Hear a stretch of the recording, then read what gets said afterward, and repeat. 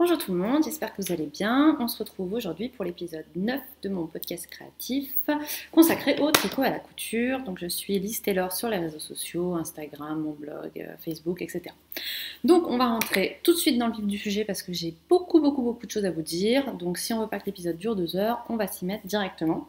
Et on va commencer tout de suite avec le tricot. Donc comme d'habitude, je mettrai ici le moment où la couture commencera. Donc je précise qu'aujourd'hui il fait pas très beau, donc la lumière risque de changer beaucoup. On m'a fait pas mal de commentaires là-dessus. Franchement, je ne peux rien faire pour ça, c'est-à-dire que c'est le temps, la lumière, la caméra, voilà. Donc j'essaye de positionner l'ordinateur pour que la lumière soit le mieux possible, mais comme j'enregistre avec la webcam de mon ordinateur, je ne maîtrise pas tellement. Je pense que c'est une webcam de pas trop mauvaise qualité, mais c'est pas non plus du matériel de pro. Donc voilà, donc vous m'en excuserez, aujourd'hui il fait pas très beau, mais comme j'ai du temps et l'envie d'enregistrer, on va en profiter aujourd'hui pour s'y mettre. Donc on va commencer par un drame que j'ai déjà montré en story sur Instagram pour ceux qui l'ont vu. Voilà, j'ai flingué mon gilet préféré. Voilà, et ben voilà. Voilà. Donc en fait, voilà, je vous le montre, c'est mon gilet en brun de Atelier Émilie. Donc c'est vraiment un gilet que je porte tout le temps, quoi, chaque semaine, un peu comme celui-là. Donc ça c'est le Lady Marple de Nadia Crétin-Lechen, donc NCL, je vais y arriver, knit. Donc c'est vraiment des gilets que je mets hyper régulièrement. Et donc mes gilets, moi je les lave, donc je les bloque la première fois tout bien. Mais à partir du moment où la forme elle est prise, après je lave quasiment tout ce que je tricote en machine. Programme délicat, donc j'ai programme laine, programme délicat, je mets en programme délicat qui est encore plus délicat que le programme laine. Avec en machine à 20 degrés parce qu'il ne faut pas que ce soit chaud mais il ne faut pas non plus que ce soit trop froid pour la laine et avec le minimum d'essorage et je n'ai jamais eu de problème. Et là, comme une conne, il n'y a pas d'autre mot, des fois je mets aussi des vêtements que j'ai fait et qui sont particulièrement délicats et là en fait j'ai mis dans ma machine une écharpe que mon chéri m'a offert il y a longtemps, qui est du prêt-à-porter, qui est, je sais pas moi, du cachemire et de la soie, un truc comme ça, et j'ai pas pensé 10 secondes que ça pouvait lâcher de la couleur. Donc je n'ai pas testé. Puis surtout à 20 degrés, si vous voulez, normalement à 20 degrés, il n'y a rien qui lâche de la couleur. Je n'ai jamais eu de problème. Et voilà mon gilet. Je ne vous raconte pas les boules que j'avais quand je m'en suis rendu compte. Parce qu'en fait, pour la petite histoire, quand ça arrive, ça, si vous en rendez compte tout de suite en sortant un projet de la machine, si vous le relavez tout de suite, normalement, ça part. Parce que c'est un peu comme une tâche qui est encore mouillée. Sauf que moi, mais j'ai pas du tout vu. Donc, quand je lave en machine, forcément, les gilets, les trucs comme ça, j'en mets très peu. Je mets genre 2 ou 3 pièces et puis après je les étale bien à plat pour que ça sèche. Et je pense que j'ai dû le sortir en fin de journée, il faisait sombre dans ma salle de bain, j'ai pas fait attention. Et donc j'ai vraiment vu que le gilet était flingué quand quand je suis allée le chercher une fois qu'il était sec, quoi. Donc là autant vous dire qu'il n'y a rien à faire. Donc je commence avec ça pour vous montrer qu'on fait tous des grosses conneries. Même moi, ça c'est ce que j'appelle l'excès de confiance, c'est-à-dire que j'ai jamais eu de problème. Ça c'est un truc, l'excès de confiance qui m'arrivait, alors ça m'est plus arrivé depuis un moment, mais ça peut revenir, qui m'arrivait souvent en couture. Quand genre tout se passait bien depuis longtemps, j'avais pas eu de problème et tout, et puis bam, on y va, on coud, on lit pas les explications, et puis on fait une grosse boulette, et puis le vêtement, il est foutu, et puis part à la poubelle. Donc ça m'arrivait quelques fois en couture, donc c'est vrai que ça m'arrive plus trop, parce que j'ai bien compris qu'il ne faut jamais baisser la garde, il ne faut pas penser qu'on est, ça y est, c'est bon, moi je n'ai plus de problème, tout se passe bien. Et maintenant, c'est arrivé aussi en tricot, donc maintenant, ma cocotte, tu arrêteras tu mettras juste des tricots de couleur claire ou juste des tricots de couleur foncée, mais tu fais pas de mélange, hein, t'es gentil. Donc je suis complètement dégoûtée parce que ce gilet en brun, je l'adore. C'était de la laine quand même assez chère, c'était de la Eden Cottage Yarn. Donc heureusement, ma copine Simone des laines by Simone va me le reteindre dans une autre couleur. Donc il faudra que je vois avec elle, mais noir ou bleu marine, pour qu'au moins il ne soit pas foutu, dans le sens où je pourrais encore le porter, mais je suis quand même bien déçue parce que j'adorais cette couleur, c'est un beige rosé super sympa. Alors je pense qu'en plus aujourd'hui avec la lumière, les couleurs ça va peut-être pas être terrible, mais voilà, je ne maîtrise pas la météo. Donc Donc voilà, donc c'était pour commencer sur un gros fail. Donc ce gilet, je l'ai tricoté il y a un an. Donc je pense que ce que je vais faire, c'est qu'en effet, ben voilà, Simone va me le reteindre pour au moins que je puisse continuer à le porter. Et puis je le retricoterai. J'ai contacté la créatrice pour lui demander voilà, si elle pouvait me teindre. Parce qu'il faut 4 écheveaux, donc je crois qu'elle prend des fois des commandes personnalisées.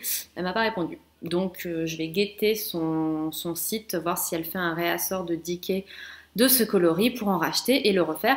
Après, c'est un gilet super sympa à tricoter, donc bah, j'en aurai deux. À la fin, un moment ou un autre, j'en aurai un bleu marine et puis j'essaierai de m'en refaire un rose pâle.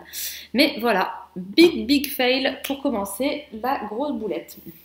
Donc ensuite, en tricot, j'ai un projet fini à vous montrer. Donc vous l'avez déjà vu, je l'ai déjà présenté sur le blog et sur Instagram. Donc c'est le gilet, le West End Cardi. Donc, je vais essayer de vous le montrer de façon à peu près correcte.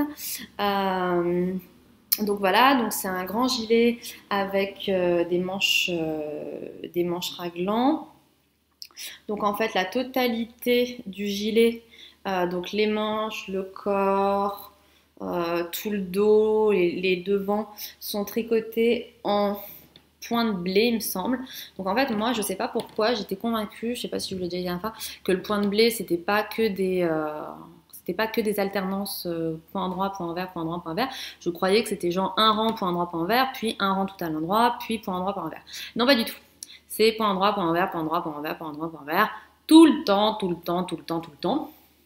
Mais alors bizarrement, ça m'a pas du tout dérangé. J'ai vraiment, j'ai pas du tout été dérangée par le point. J'ai adoré tricoter cette laine qui est très agréable. Donc, on va d'abord, alors la laine, comme j'en parle, je vous le dis tout de suite, c'est de la, il nous reste des chevaux là, c'est de la Pearl Soho Worsted Twist, coloris Timeless Navy. La blague, c'est que donc j'étais convaincue que j'allais manquer de laine. Mais alors vraiment, j'en étais sûre et certaine. Donc, comme des collègues américains de mon chéri de New York venaient la semaine dernière à Amsterdam et mon chéri était là-bas aussi, je leur ai demandé gentiment de m'amener de la laine, ce qu'ils ont fait très gentiment. Donc je l'ai commandé sur le site, livré chez eux, ils avaient qu'à le mettre dans leur valise. Je ne demande quand même pas à des inconnus qui travaillent avec mon chéri d'aller jusqu'à la boutique dans Soho, faire la queue, m'acheter de la laine. Faudrait peut-être pas abuser de leur gentillesse. Je pense qu'il y a un moment où les relations avec professionnels de mon chéri vont pâtir de ma passion. Ce serait un tout petit peu embêtant. Et puis, bah, bien entendu, en fait, j'en avais assez. Donc, du coup, j'ai un écheveau en plus. Bon, l'avantage, c'est que chez Pearl Sew, il y a 6 mois pour échanger. Parce que clairement, j'ai adoré la tricoter, mais je vais pas me... Enfin, ça m'embête un peu de me forcer à me faire un bonnet ou des mitaines et tout. Donc comme de toute manière, il va retourner lui à New York de toute façon, ce qui est sûr, c'est que sous 6 mois, il va y retourner. Donc du coup, je pense que je lui demanderai de le changer pour autre chose. Donc c'est une laine qui est très agréable à tricoter. Moi j'aime beaucoup, c'est très retordu. On voit qu'il y a une belle définition du point. Le gilet donc a une grande torsade qui continue sur la totalité de l'encolure. Ça, on voit qu'on l'a dans le dos et puis après on l'a sur les deux pans de devant. Donc, au niveau de la construction de ce gilet, donc je me répète un peu pour ceux qui vont sur le blog, mais j'ai été un peu circonspecte, on va dire, parce que c'est un gilet qui donc se tricote du bas vers le haut. Bon, ça peut être un parti pris. C'est vrai que maintenant, ça se fait de plus en plus. On sait qu'il y a des techniques de construction, notamment, c'était l'exemple que je prenais avec le gilet en brun, qui permettent de commencer par le haut, de remonter des mailles et de descendre. Bon, après, c'est pas un souci pour moi que la créatrice, elle préfère faire du bottom-up plutôt que du top-down. Ça me gêne pas. En revanche, ce qui m'a un peu plus surprise, c'est qu'on est sur une construction, du coup, on tricote tout le corps. Ensuite, elle fait tricoter les manches à plat, puis les coudre. Et ensuite, au niveau du raccord, du début du raglan, on remet toutes les mailles ensemble sur l'aiguille et on tricote le raglan. Alors, déjà, bon, tricoter les manches à plat pour ensuite les raccrocher, ça n'a aucun intérêt parce que, enfin, je me méfie, je fais faire attention parce que après, j'ai eu des critiques comme quoi il y avait des gens qui adoraient tricoter à plat. Mais évidemment, si vous aimez tricoter à plat, c'est parfait. Moi, j'ai absolument rien contre les personnes qui aiment tricoter à plat. C'est juste que moi, comme le modèle il se fait en aiguille circulaire et puis qu'il est quand même beaucoup tricoté en rond, Bon, c'est vrai que c'est peut-être plus, enfin ça m'a surprise, on va dire, que les manches soient tricotées à plat pour ensuite les coudre et ensuite les raccrocher en rond.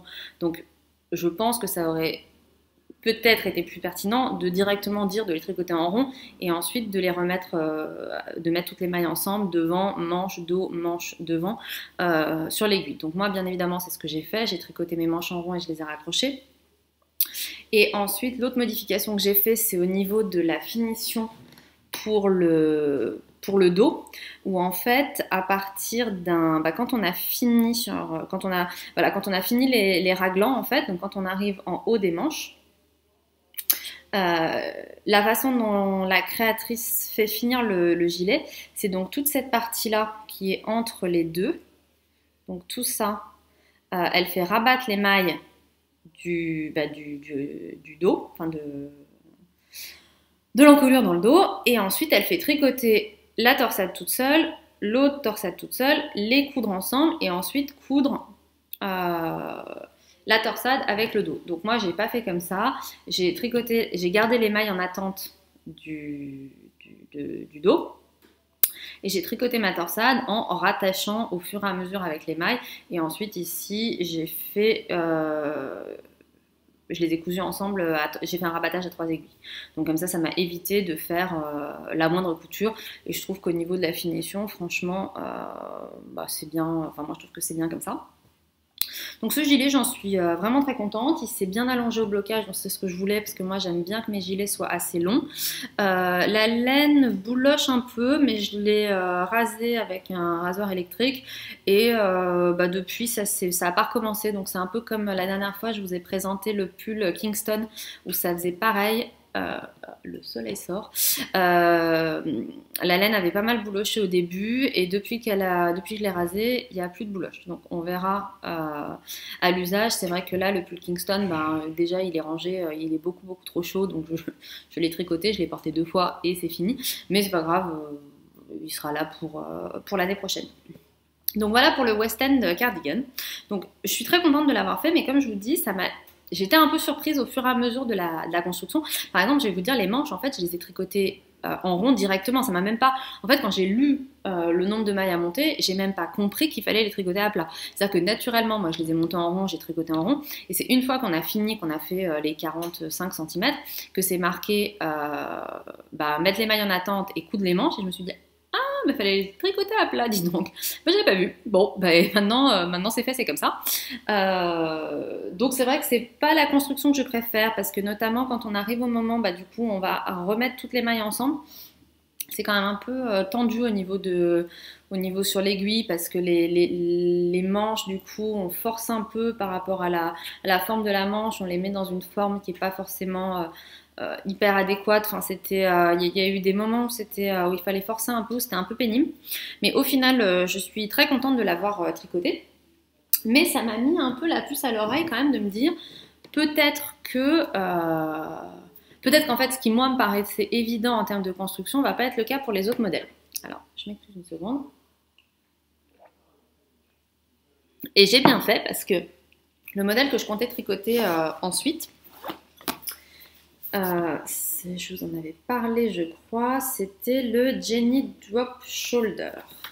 Donc c'est ce modèle-là, que j'aime vraiment beaucoup, qui a aussi un point texturé qui est vraiment joli et tout. Et donc j'étais partie, pour le tricoter. Donc j'ai choisi ma laine. Je vais le faire d'ailleurs, je sais juste pas quand. Donc j'ai choisi de le tricoter avec cette laine-là. Donc c'est de la Julie Asselin. Je vais vous en montrer un qui en est chevaux. Donc c'est de la Julie Asselin, c'est de la Lazy Fingering. Et le coloris c'est d'Apple Grey. Donc ces écheveaux, il y en a 2 qui m'ont été offerts par Coralie Cocotte Knit pour mon anniversaire. Donc c'est une laine qui a une valeur sentimentale particulière. Et les 2 autres m'ont été hyper gentiment ramenés par, donc je vous en avais parlé, une Instagrammeuse qui était à Montréal et qui m'a proposé de me ramener de la laine. Donc elle m'a envoyé 6 écheveaux. Donc bien entendu, je précise que je les ai payés. Ce ne sont pas des cadeaux. Les gens sont gentils, mais ils ne sont pas fous non plus. Hein. C'est-à-dire que 6 écheveaux de laine, c'est quand même pas tout à fait donné. Et donc, j'ai eu beaucoup, beaucoup de chance parce qu'en fait, c'était un peu un coup d'épée dans l'eau en lui disant, bah voilà, si jamais ils ont de la lazy fingering coloris d'Apple Grey, j'en veux 2. Et si jamais ils ont les autres, je voudrais 4 de Blackberry Coulis, quelle que soit la gamme. Donc, je vous la montrerai après. J'ai l'impression que c'est pire maintenant qu'il y a le soleil. Bon, c'est pas grave. Et donc, je ne sais pas où ils sont.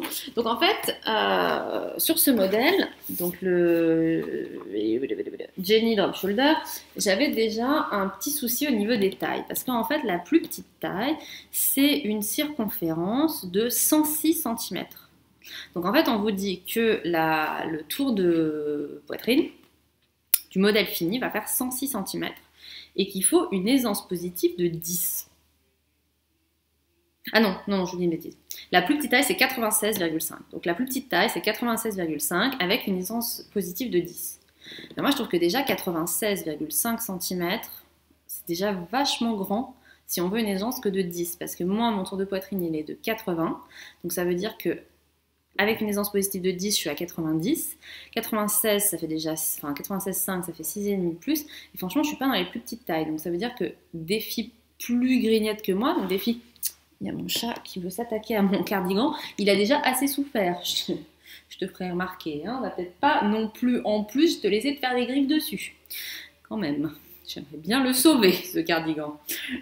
Donc, je reviens à mes histoires de tour de poitrine. Donc, en fait, voilà, déjà, j'étais un peu embêtée avec la taille. Je me suis dit, bon, voilà. Et il est tricoté en aiguille 3,75. Donc, comme moi, la laine que je veux utiliser, elle est assez fine, je me suis dit, bon, bah, je vais faire un échantillon avec des aiguilles 3,25.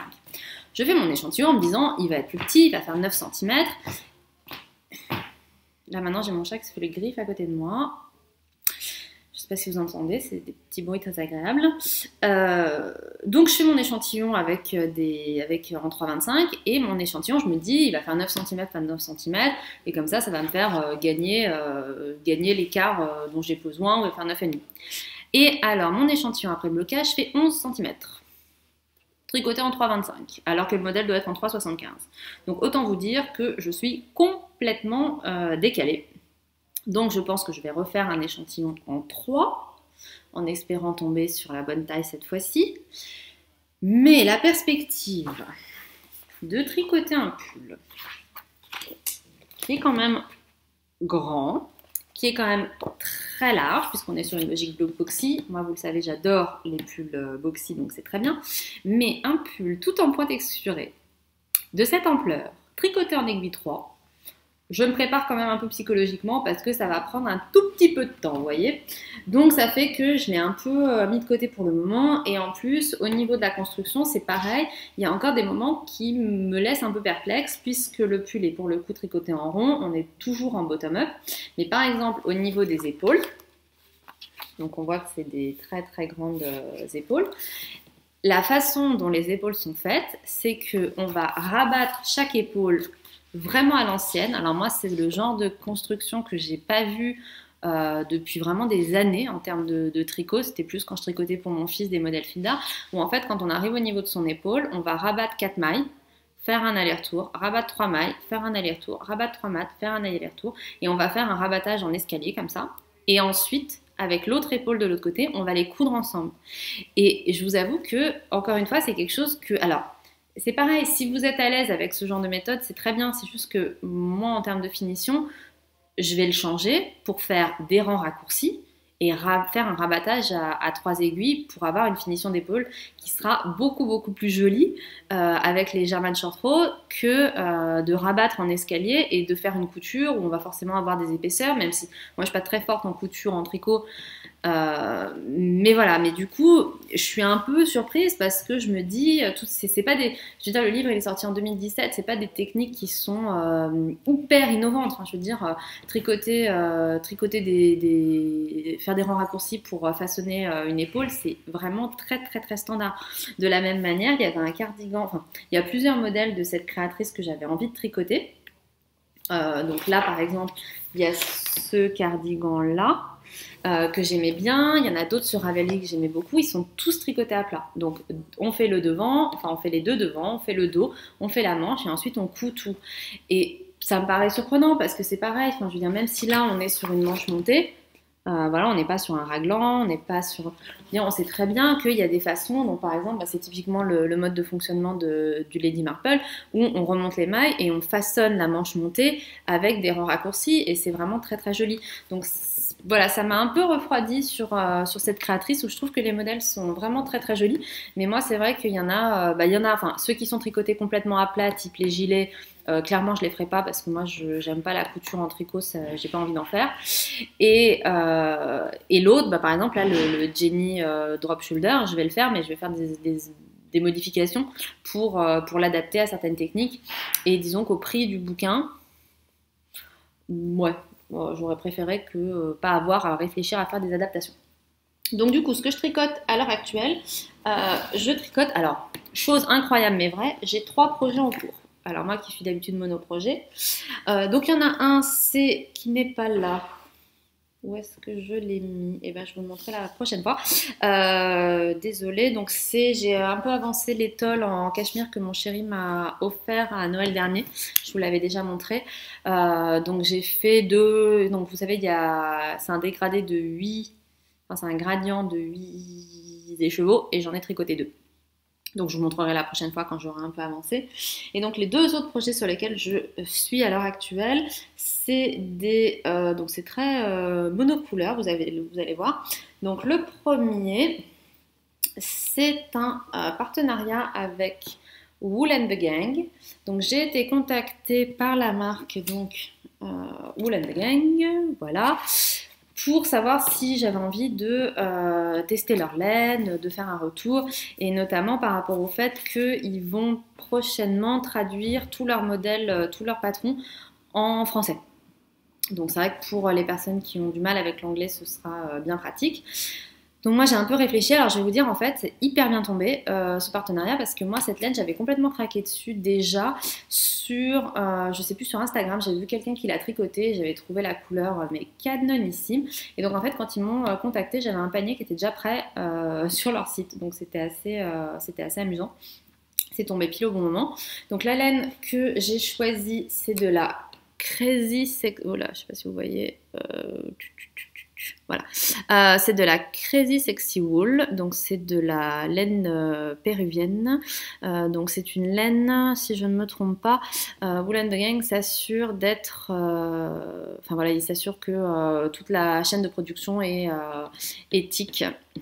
Donc ce qui est quand même une très bonne chose, parce qu'il n'y a pas longtemps j'avais eu une discussion avec quelqu'un, je ne sais plus si c'était sur Facebook ou sur Instagram, par rapport à la provenance de la laine qui était quand même très très difficile à connaître, et qui c'est vrai parfois posait question sur la façon dont les animaux étaient traités, mais aussi les hommes qui produisent la laine, notamment quand c'est loin, de s'assurer que c'est fait dans les meilleures conditions. Donc avec Wool and the Gang c'est le cas. Donc la Crazy Sexy Wool, et le coloris c'est Margot Red, donc je ne sais pas si vous le voyez très bien, c'est vraiment un coloris lit de vin qui est très très joli.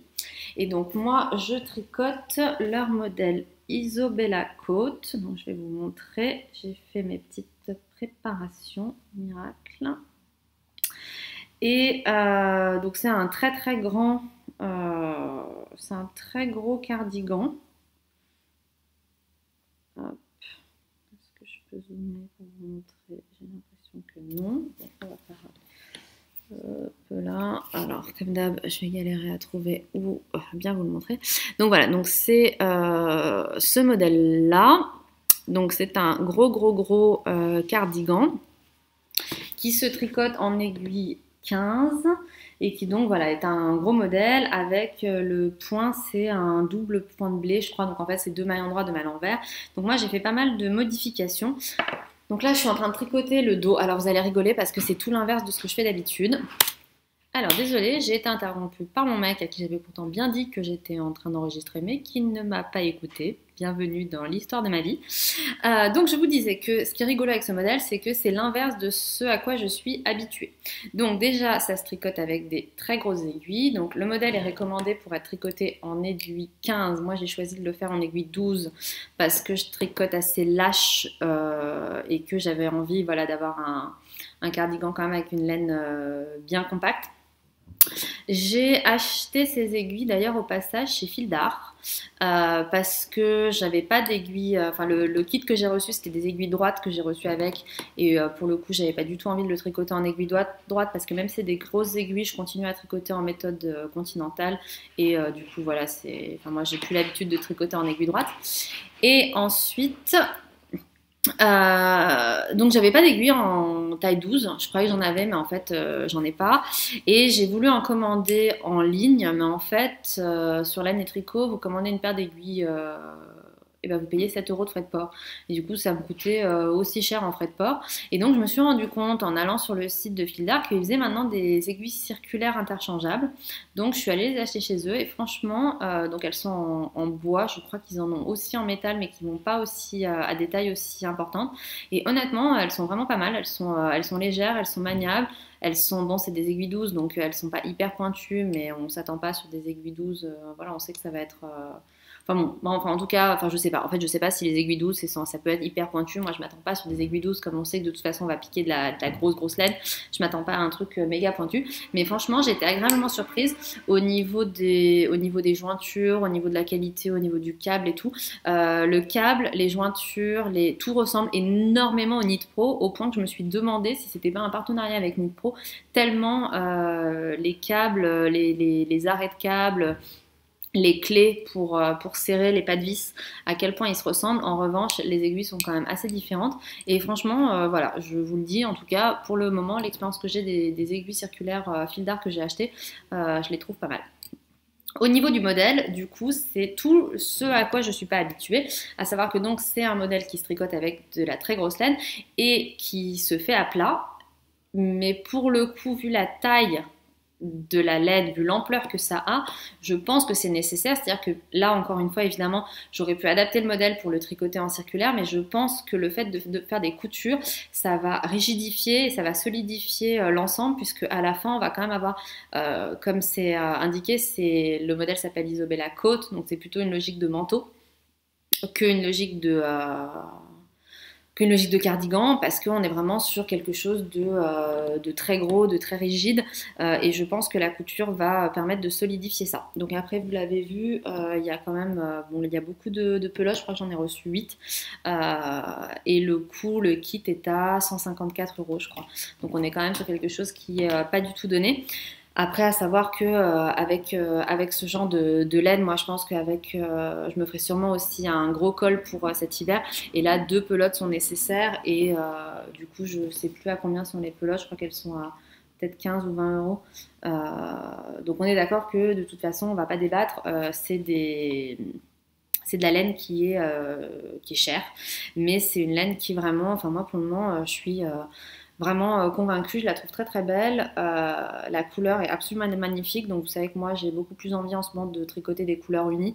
Donc là c'est vraiment, voilà, il y a pas une nuance, c'est vraiment complètement uni, mais j'aime énormément. Voilà, c'est une très très très grosse. Je vais vous montrer. C'est une très grosse laine mèche en fait, mais du coup elle est hyper résistante. Alors c'est impossible typiquement de la casser à la main. Enfin moi je me fais mal aux doigts quand j'essaye, donc quand voilà si j'ai besoin de la casser, je prends des ciseaux. Donc on n'est pas sur une laine mèche qui va facilement se briser. Je trouve qu'il y a une définition du point qui est jolie. Moi, j'étais pas très fan du double point de riz, donc du coup, j'ai fait du point de riz classique. Et donc là, ouais, j'ai fait plus de la moitié du dos. J'en suis facile à. Donc là, j'ai utilisé même pas 2 pelotes. Et j'en suis quasiment j'ai quasiment fini, j'aurai bientôt fini le dos. Alors il faut savoir toutefois que du coup ce projet je l'alterne avec un autre parce que il faut quand même vachement forcer sur les mains pour tricoter de la laine, de la grosse laine comme ça en méthode continentale et du coup surtout avec du point de riz, avec de l'alternance non-stop, point droit, point envers. Donc du coup j'alterne avec autre chose. Donc voilà, donc je vous en reparlerai quand j'aurai avancé. Et donc là c'était le Isobella Coat que j'espère avoir fini pour la fin du mois, histoire de pouvoir en profiter un peu. Donc c'est vraiment quelque chose, un projet pour la demi-saison.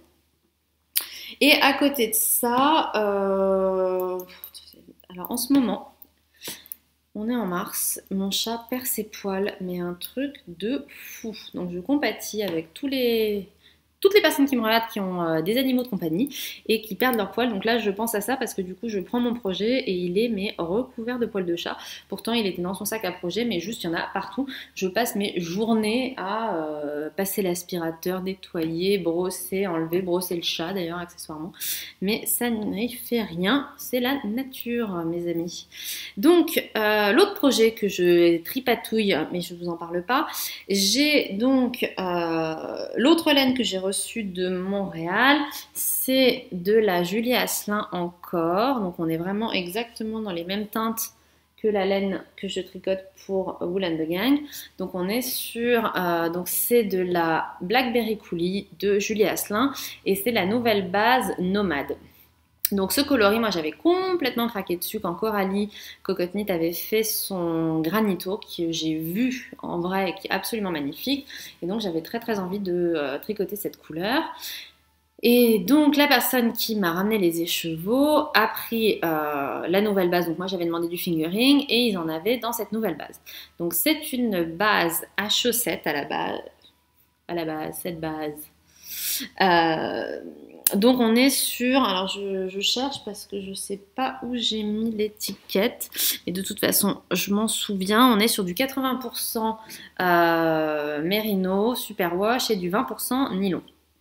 Donc c'est une laine pour les chaussettes. Je crois qu'il y a un très très très gros métrage. On est presque sur 500 mètres, je crois, pour 115 grammes, quelque chose comme ça. Donc il y a vraiment de quoi faire. Le résultat toutefois, c'est que c'est pas une laine, oups, super mes lunettes, c'est pas une laine très très très douce.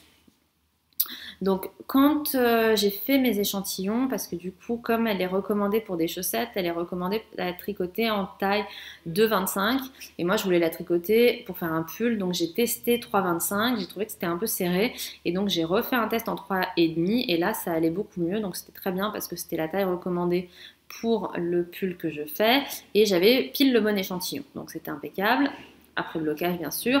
Donc au blocage, la laine c'est vraiment énormément détendue dans l'eau. Donc j'espère que ça ira bien sur le pull en entier. Et c'est pas une laine qui est, elle est pas rêche du tout. C'est une laine qui est sèche. Voilà, c'est pas une laine qui a la rondeur habituelle du mérino. Coucou Nino. Je le surveille parce que là je sens qu'il va aller se poser sur mes fringues cousues que j'ai amenées et puis mes tissus et mes machins. Ça va? Tu t'embêtes? Qu'est-ce qu'il y a? Tu t'endors. Bon, on va voir. Je te vois, hein. Je pense que je vais le virer. Donc je disais, voilà, c'est pas une laine. Donc en fait, c'est un peu brouillon aujourd'hui, hein, vous m'excusez.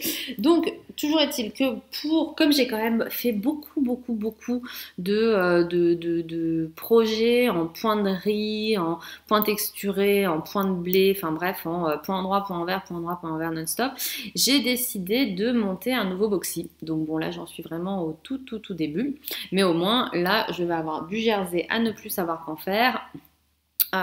Pour me reposer un peu.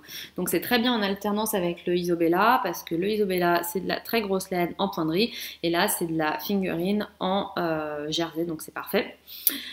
Je pense que ça va être canonissime avec ce coloris. J'ai juste une toute petite crainte au niveau du drapé de la laine parce que c'est vrai que comme elle est quand même assez sèche, je vais le tenter, hein, je vais le faire parce que vraiment je pense que moi ce genre de couleur j'aime bien faire des projets assez simples qui rendent vraiment honneur au coloris, mais je me suis quand même interrogée en me disant comme la laine est un peu sèche, est-ce que une fois qu'il sera bloqué, est-ce qu'il va avoir un beau drapé comme on veut pour un boxy?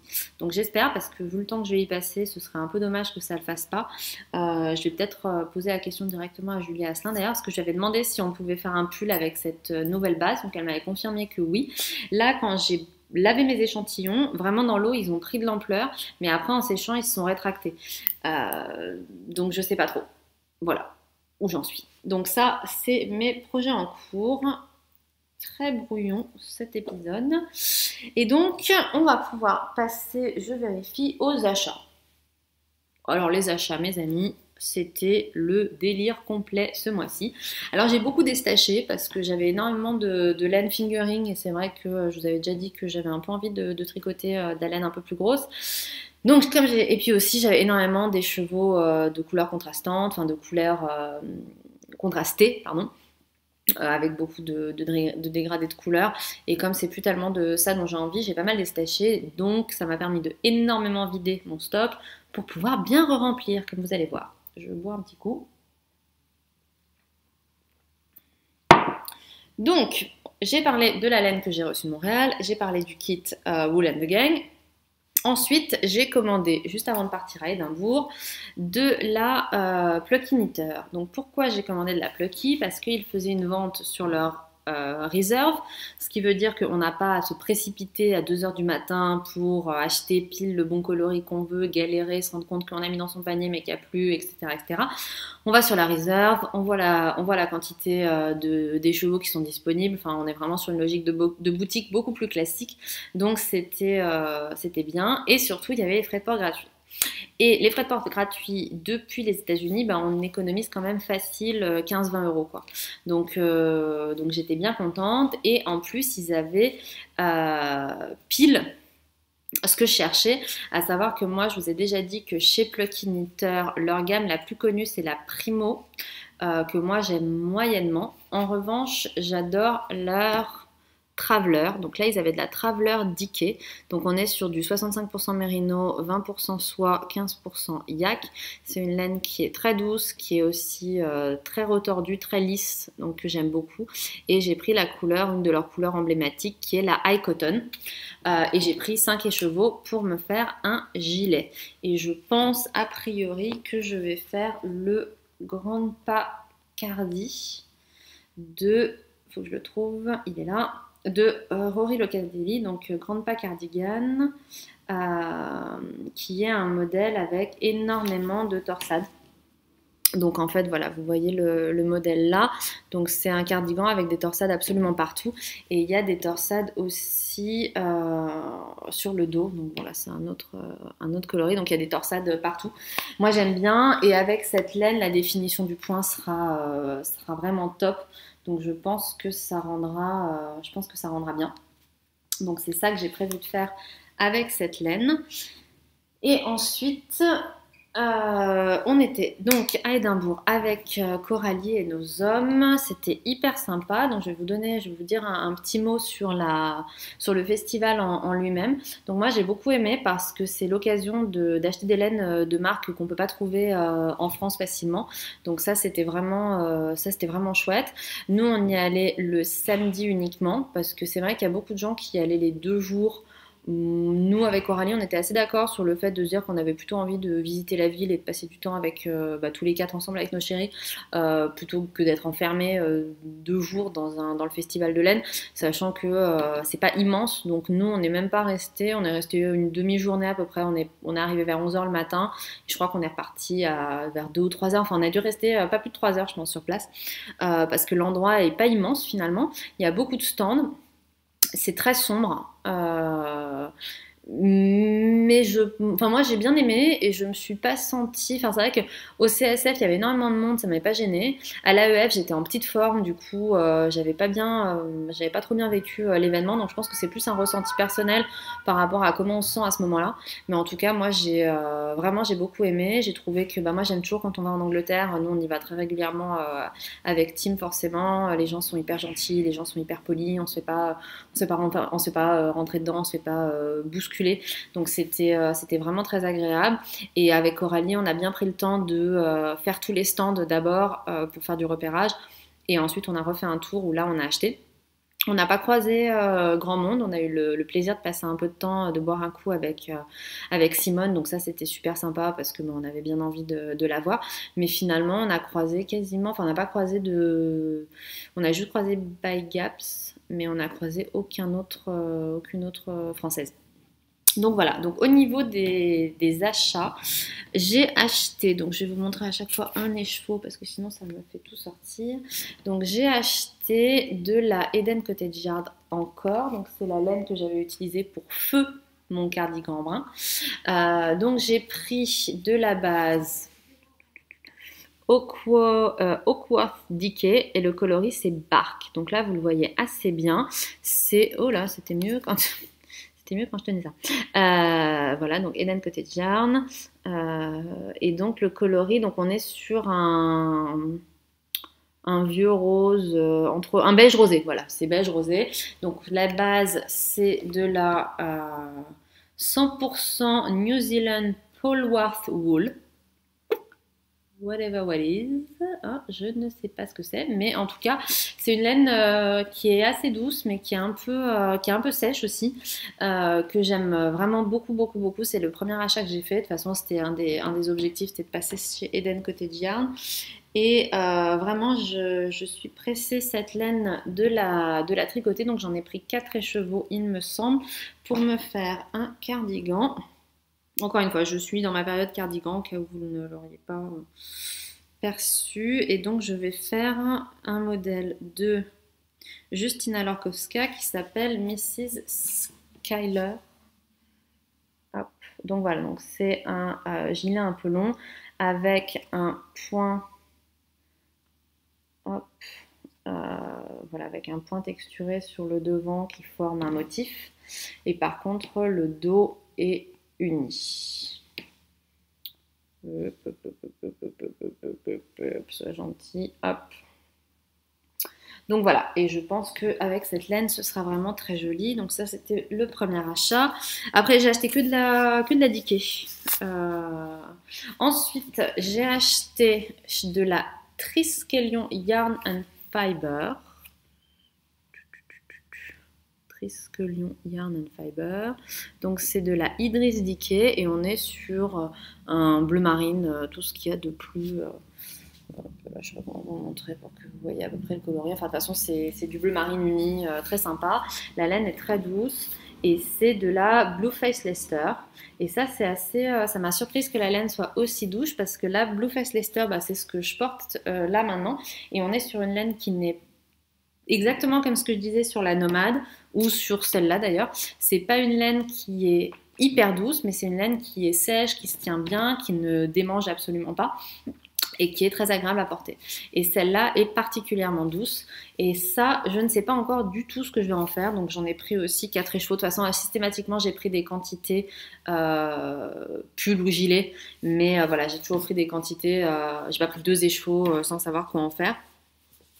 Ensuite, on a craqué sur la même laine avec Coralie, qui était une marque qui se lançait et qui s'appelle Opus. Et là, on est sur une base 70% Falkland Merino, 30% Baby Alpaca. Et j'aime bien parce qu'ils mettent, je ne sais pas comment vous le montrer, 100% Awesome. Donc 100% incroyable. Et c'est une laine, donc c'est qui n'est pas teinte, c'est la couleur naturelle de la laine. Donc ils avaient soit de la blanche, soit de la grise. Donc on a toutes les deux pris de la grise et elle est vraiment très très douce, très agréable. Et là, je pense que je l'utiliserai pour un pull, peut-être pour ce pull qui est aussi de Anna Fettig. Je vérifierai qui se tricote du haut vers le bas, mes amis. Hop. Allez, pourquoi ça s'ouvre pas? Hop. Donc ce modèle-là que j'aime beaucoup, qui est donc un modèle de jacquard, mais vraiment tout simple, avec juste un modèle avec une seule couleur, et que j'aime bien. Et je me dis qu'avec cette laine, je la vois plus pour un pull d'hiver très doudou. Elle est hyper douce, elle a un très léger duvet. Enfin, vous voyez, si on compare avec celle-là est très retordue, celle-là elle est un peu moins et elle a plus de duvet et je pense que ça ferait un très joli pull. Et je me dis par exemple ça peut être pas mal avec si je mets comme couleur contrastante un bleu marine, ça peut être sympa. Donc c'est pas encore complètement garanti, mais c'est possible que ce soit ça ou autre chose. Donc ça c'est ce que j'ai acheté au festival. Mais vous comprenez, après le dimanche, Coralie et Simon sont partis, ils sont rentrés chez eux et nous on repartait que le lundi, donc forcément on allait se promener et puis je me suis dit je vais passer chez John Lewis et puis je vais quand même regarder un peu la laine qu'ils ont et ça fait un moment que je cherchais de la laine pour me faire un pull en jacquard justement parce que j'en ai vu pas mal de sympas. Et à chaque fois, moi, je suis un petit peu pénible, mais j'aime pas trop mélanger les bases. Donc, j'aime bien utiliser, quand je fais des châles de plusieurs couleurs, j'aime bien que ce soit la même base pour toutes les couleurs. Et pour un pull en jacquard, c'est pareil. Je veux que la définition du point, elle soit identique, quelles que soient les couleurs. Et donc là, c'était bien parce qu'ils avaient donc de la laine chez John Lewis qui était unie, super unie, et avec différentes teintes. Donc, je vais vous montrer les coloris que j'ai pris. Hop, hop, hop. Il n'y en a qu'une seule qui a une base différente. Donc, voilà. C'est pas hyper concluant. Mais donc, la couleur principale que j'ai choisie, c'est un gris. Donc, la base, c'est Erica Knight for John Lewis Double Knit.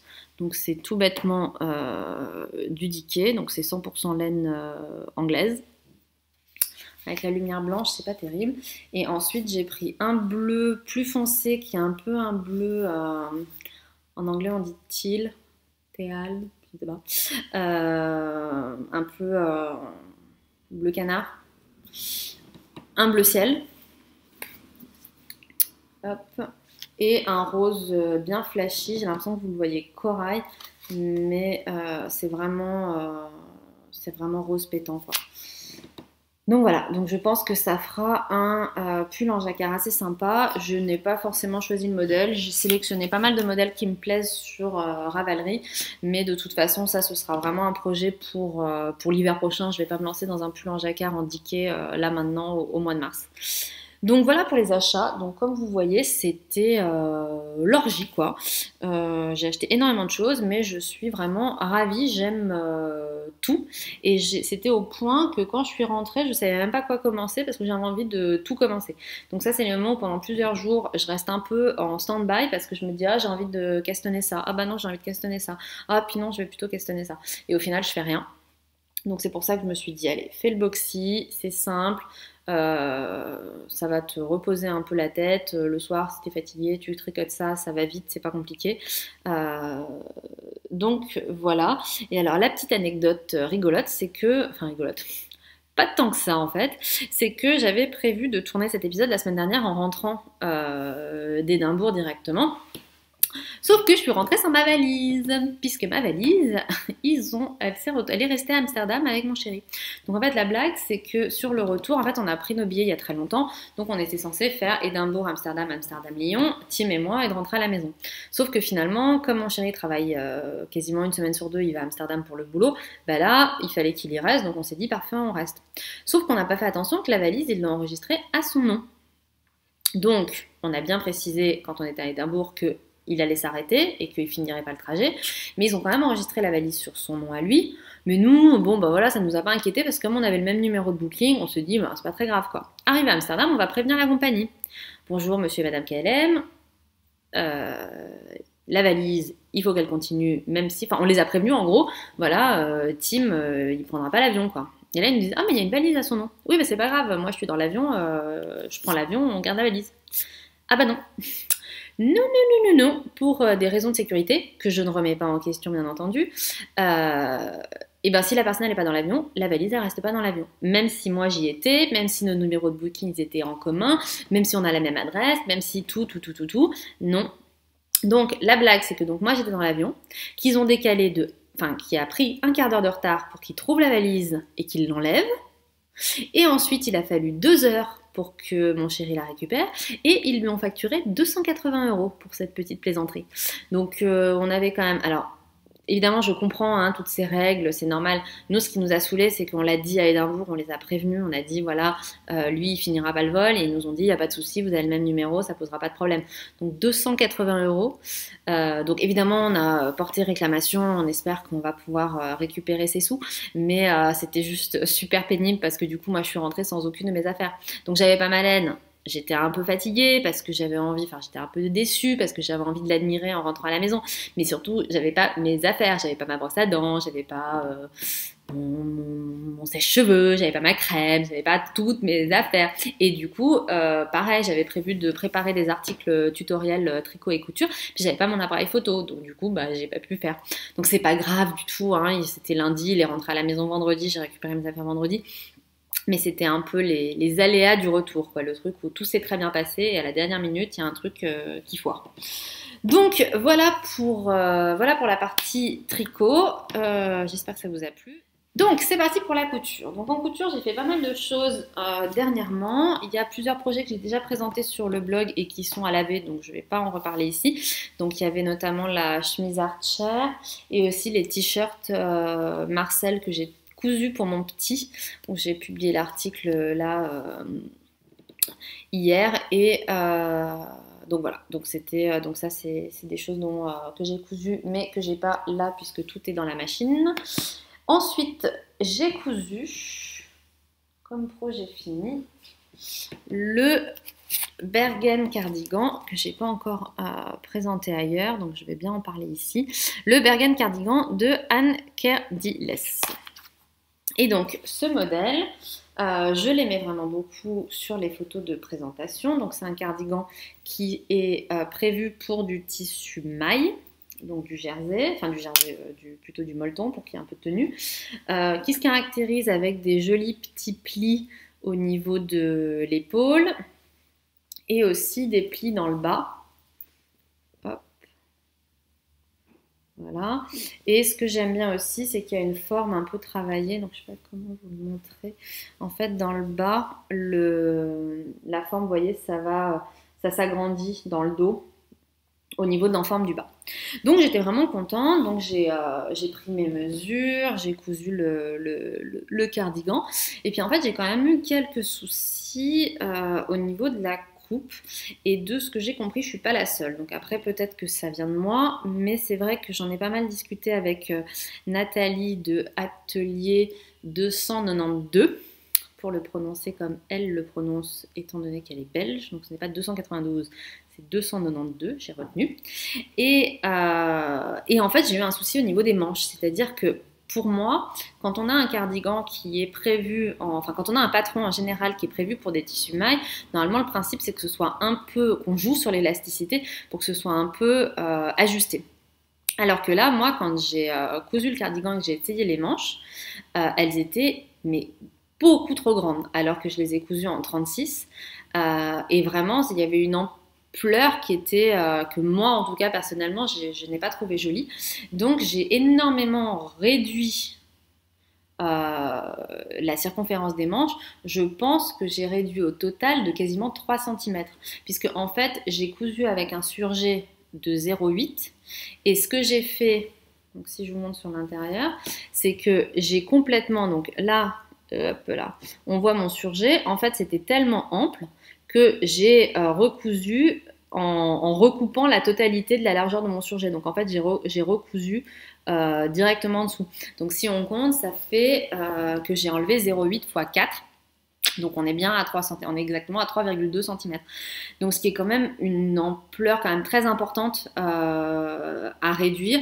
Et là maintenant les manches me vont mieux, elles sont plus ajustées. Donc je vous montrerai, on a pris des photos ce week-end, donc je pourrais vous montrer, enfin je ferai paraître, je mettrai un article sur le blog rapidement où vous pourrez voir plus de photos. Et j'ai vu dans une story que donc Nathalie a eu exactement le même problème, où elle a cousu ce cardigan et où elle a été hyper déçue parce qu'elle a trouvé que ça lui faisait des très grosses épaules, voilà, où elle était un peu, donc du coup elle l'a pas fini parce qu'elle a été déçue. Ensuite, au niveau des finitions, c'est bien pensé, c'est bien prévu. On a vraiment des jolies finitions sur l'intérieur. Vous voyez, c'est joliment fini.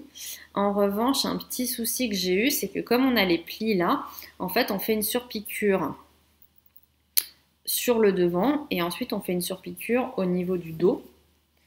Hop. Ici. Mais par contre, on ne fait pas de surpiqûre sur les manches parce qu'il y a les plis. Sauf que du coup, ça tient pas bien en place et du coup, c'était pas très heureux.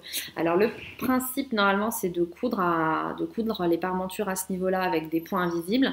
Et moi, j'ai essayé et pourtant, je pense que je suis pas trop mauvaise sur la couture à la main à points invisibles, notamment quand je fais des glaçages, des choses comme ça ou des ourlets à la main. Mais là, avec ce tissu, ça se voyait, c'était une horreur. Donc je l'ai pas fait. Mais c'est vrai que ça fait qu'il y a quand même un peu d'ampleur. De la même manière, le patron recommande de faire la surpiqûre à 3 centimètres. Et en fait, vous voyez que la parmenture, elle est quand même très très grande. Du coup, elle tient pas très bien en place. Moi, elle a tendance à rebiquer un peu. Donc, je conseille de plutôt coudre peut-être à 4 centimètres ou alors de réduire l'ampleur de la parmenture. Enfin voilà, du coup, je suis mitigée par rapport à ce patron parce que je l'ai porté. Déjà, un signe, c'est que je ne l'ai pas porté. Donc je l'ai cousu, je l'ai essayé, j'ai fait les modifications parce que ça allait pas, patati patata, et puis je l'ai jamais porté. Donc je l'ai porté là dimanche où on a fait les photos justement, et en fait en le portant j'ai bien aimé. Donc dimanche on est allé au parc et c'est vrai que je l'ai porté toute la journée. Et le tissu est vraiment agréable, il tient chaud sans être trop épais, sans faire transpirer. En revanche, je trouve que c'est un cardigan où bizarrement, quand on l'enfile, il se pose pas naturellement bien. C'est-à-dire que naturellement, l'encolure est très large et du coup, moi, il fallait que je le remonte de chaque côté pour qu'il se positionne à peu près bien, mais du coup, il baille un peu dans le dos. Donc, je suis mi-figue, mi-raisin, comme on dit, sur ce patron, où j'étais hyper enthousiaste et puis en le cousant, j'ai un peu... je sais pas, je suis moins emballée quoi. J'ai bien aimé le porter, donc je pense que je vais le remettre, je vais continuer à lui laisser sa chance, mais je suis pas sûre en tout cas que je le referai. Donc ça c'était pour le cardigan Bergen. Et ensuite l'événement couture de la semaine dernière. Ah oui, puis alors du coup le résultat c'est que comme j'ai été un peu refroidie avec le cardigan Bergen, j'avais prévu dans la foulée de faire la blouse Nantes. Hop, que j'ai coupé, mais du coup je ne l'ai pas encore cousu. Donc je pense que ça va faire partie des prochains projets parce que bah, elle est coupée, donc c'est dommage de ne pas la faire. Mais voilà, j'avais pas forcément envie d'enchaîner dessus. Et alors sinon, l'événement couture de la semaine dernière, c'était bien entendu la sortie des patrons d'Irendo. Donc on va commencer par la jupe goji que j'ai cousue déjà 2 fois et que je porte là tout de suite d'ailleurs.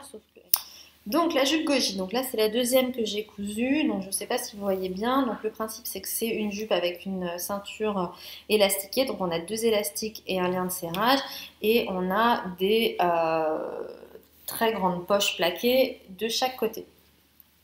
Donc j'en ai déjà cousu une que j'ai présentée sur le blog.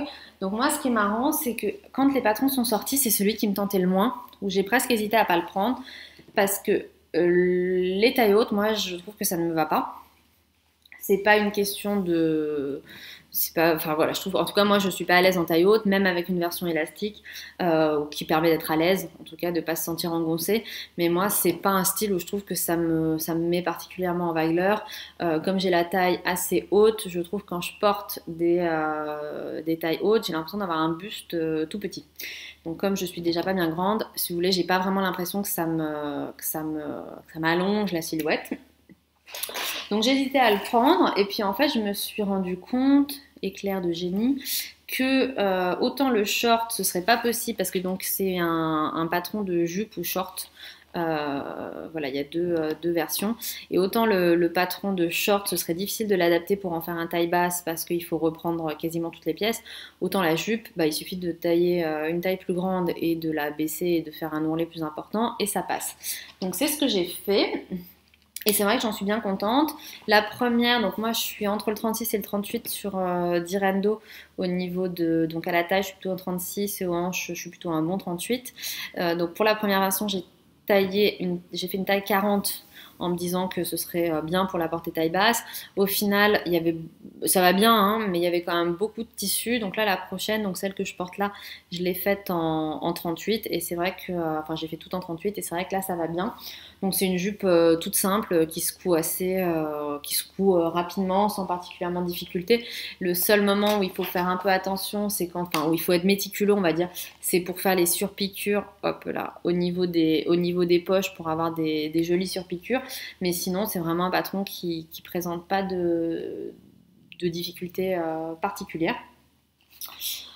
Ensuite, au niveau des autres patrons, donc un que je vais coudre vraiment très très rapidement, c'est le Trench Luzerne, que j'aime mais vraiment énormément parce que c'est un très très très joli modèle, c'est un beau challenge aussi à faire. C'est un trench, bon bah voilà, il a tous les codes de cette pièce iconique, et mais en version très cintrée, et moi c'est exactement ce que j'aime. Donc c'est rigolo parce que justement on en parlait toujours avec Nathalie tout à l'heure, où on a exactement la même approche elle et moi, à savoir de faire une première version avec une gabardine on va dire standard, et ensuite de se faire plaisir avec un beau tissu spécial trench de chez Stragier, qui a des merveilles, où moi j'ai jamais acheté chez eux parce que leurs tissus sont vraiment très chers, mais pour des pièces comme celle-ci qui sont vraiment des basiques intemporels, je pense que bah voilà, ça peut être sympa de se faire plaisir. Et puis je veux dire, quand on parle d'un tissu très cher, de toute façon on sera jamais au prix d'un trench de cette qualité-là qu'on achèterait dans le commerce. Donc voilà, donc j'attends là, faut que je choisisse le coloris de gabardine que je vais utiliser pour la première version. J'ai bien envie de faire un bleu nuit un peu lumineux, pas vraiment marine, un peu plus foncé. J'ai trouvé que la version qui était présentée était jolie avec ce bleu roi très lumineux. Donc peut-être quelque chose d'un tout petit peu moins euh, voilà, lumineux justement, enfin un peu moins clair, aller sur un coloris un chouïa plus foncé. Et je regarde l'heure parce qu'il faut que je parte dans un quart d'heure, donc je vais me dépêcher. Ensuite, l'autre projet que je vais faire rapidement, donc la semaine prochaine, je pense que je vais coudre la veste magnésium pour mon fils, donc le patron d'Ivan Soufflé, donc je vous en reparlerai. Et le patron que je vais enfin coudre, je vous en parle depuis je sais pas combien de temps, c'est que je vais, ça y est, c'est coupé, c'est prêt, je vais me faire ma deuxième Kelly Anorak. Alors la blague, c'est que j'avais prévu de le faire en bordeaux avec cette doublure, c'est ce que je vous avais dit la dernière fois, sauf que moi, quand il y a un patron que j'ai prévu de faire, où j'ai les tissus et où j'ai envie de le faire là maintenant, et je le coupe pas, c'est que quelque part je suis pas convaincue. Donc du coup, c'est vrai que je me disais le Bordeaux en cette période de l'année, machin, je sais pas trop, est-ce que je vais le porter, tatati tatata. Donc ensuite, je suis retournée dans mon stock, et dans mon stock, j'avais aussi une gabardine bleue très très foncée. Donc je pense que vous le voyez noir, mais il est vraiment, il est bleu, mais bleu vraiment quasiment noir. Enfin, il est très très très foncé. Et je me suis dit, non, non, mais je vais plutôt le faire en bleu. C'était ce que j'avais prévu à la base. C'est ce que je vous avais dit. C'était la version que j'avais envie de faire. C'était du bleu marine. Donc, je me suis dit, allez, non, c'est bon. On fait bleu marine.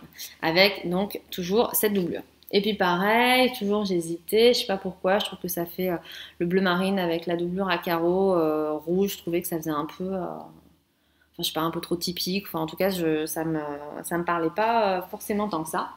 Donc, replonger dans le stock, toujours, parce que j'avais pas envie d'aller commander du tissu pour ça. Et voilà la version définitive. Ça y est, on change plus, tout est coupé. Je vais faire, donc, là, je pense qu'on voit bleu. Bleu avec une doublure en tartan qui est bleu, gris et beige. Et là, je pense que ça va être vraiment très joli et que ça fera un bon complément à la Kelly que j'ai déjà. Donc ça, c'est le prochain projet que je vais attaquer rapidement, puisque tout est coupé, tout est entoilé, tout est marqué, tout est prêt. Il ne reste plus qu'à passer derrière la machine. Donc voilà pour les projets. Donc c'est vrai qu'en ce moment j'ai envie de faire des projets un peu. C'est vrai que je suis très.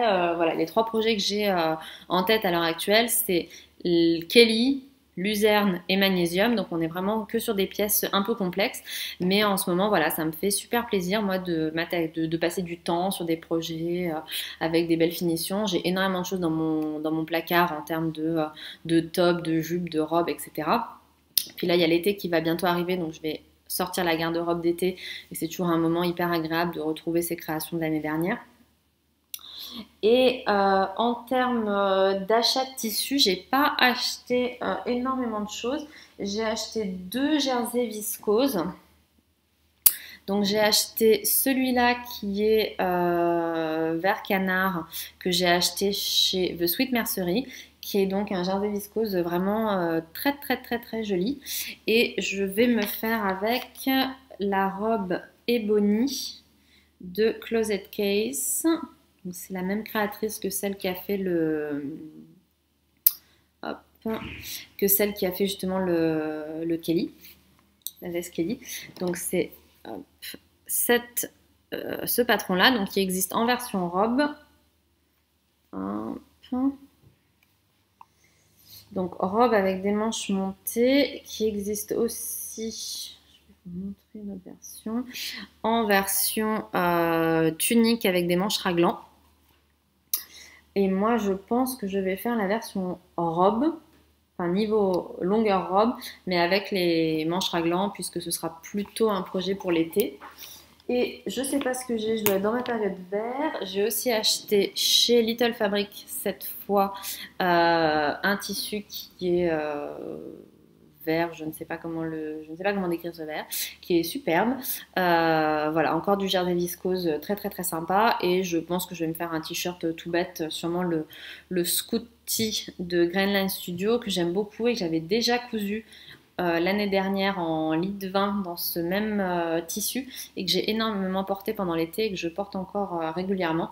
Donc voilà, donc ça c'est ma liste de futurs projets. Donc 3 grosses pièces et ensuite des versions des t-shirts ou des robes en jersey qui se cousent très facilement, très rapidement. Donc j'ai été beaucoup plus raisonnable, hein, forcément, vu tout ce que j'ai acheté en laine, j'ai acheté beaucoup moins de choses en côté tissu. Donc voilà, un épisode un peu brouillon, j'ai trouvé, mais bon, j'espère que ça vous aura plu quand même. Est-ce que j'ai autre chose à vous dire en conclusion? Pas vraiment. J'espère que tout le monde va bien, que vous avez des beaux projets pour l'été qui arrive. Moi, c'est vrai que c'est une période que j'aime bien. J'ai moins envie de tricoter, j'ai plus envie de coudre, mais je trouve que c'est toujours hyper excitant les changements de saison. On a envie, on se dit, ah bah, qu'est-ce que je vais faire pour ma garde-robe d'été. Et puis c'est vrai que moi, la perspective de coudre un peu pour le petit, ça m'a bien plu. J'étais bien contente de le voir, super, super content. C'était juste trop, trop, trop mignon parce qu'il n'avait pas envie du tout de faire de photos. Alors moi j'avais pas l'intention de le forcer, hein. Enfin, je veux dire, il a pas envie, c'est quand même son droit de pas avoir envie de poser pour des photos pour le blog de sa mère. D'autant que le concept de blog à 5 ans, c'est quand même très compliqué à expliquer. Et puis on est sorti vendredi pour aller prendre des photos, moi, de ma jupe goji, et puis il est venu avec nous. Et à la seconde où on était dehors, il nous a dit bon allez c'est bon, on fait les photos de mon t-shirt aussi.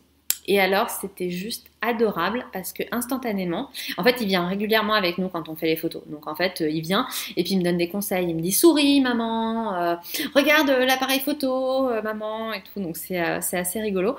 Et là, il s'est instantanément mis à poser comme moi. Donc il faisait comme ça, et puis il regardait, puis il tournait sur lui-même, et puis il se mettait comme ça et tout. Non mais c'était à mourir de rire et c'était tellement mignon. Et puis il était vraiment content, voilà, de faire des photos, des t-shirts que maman a cousus pour lui. Donc j'ai bien envie de continuer sur ma lancée avec de la couture pour lui plus régulièrement.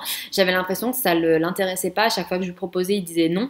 Et puis en fait, faire la démarche différente, d'acheter les tissus, de lui montrer en lui disant bah voilà maman elle va te faire un t-shirt avec ça. Bah là il était super content. Il arrêtait pas de me dire quand est-ce que tu couds mes t-shirts, quand est-ce que tu couds mes t-shirts. Là du coup j'ai acheté les tissus pour sa veste, donc il me demande quand est-ce que je vais coudre sa veste.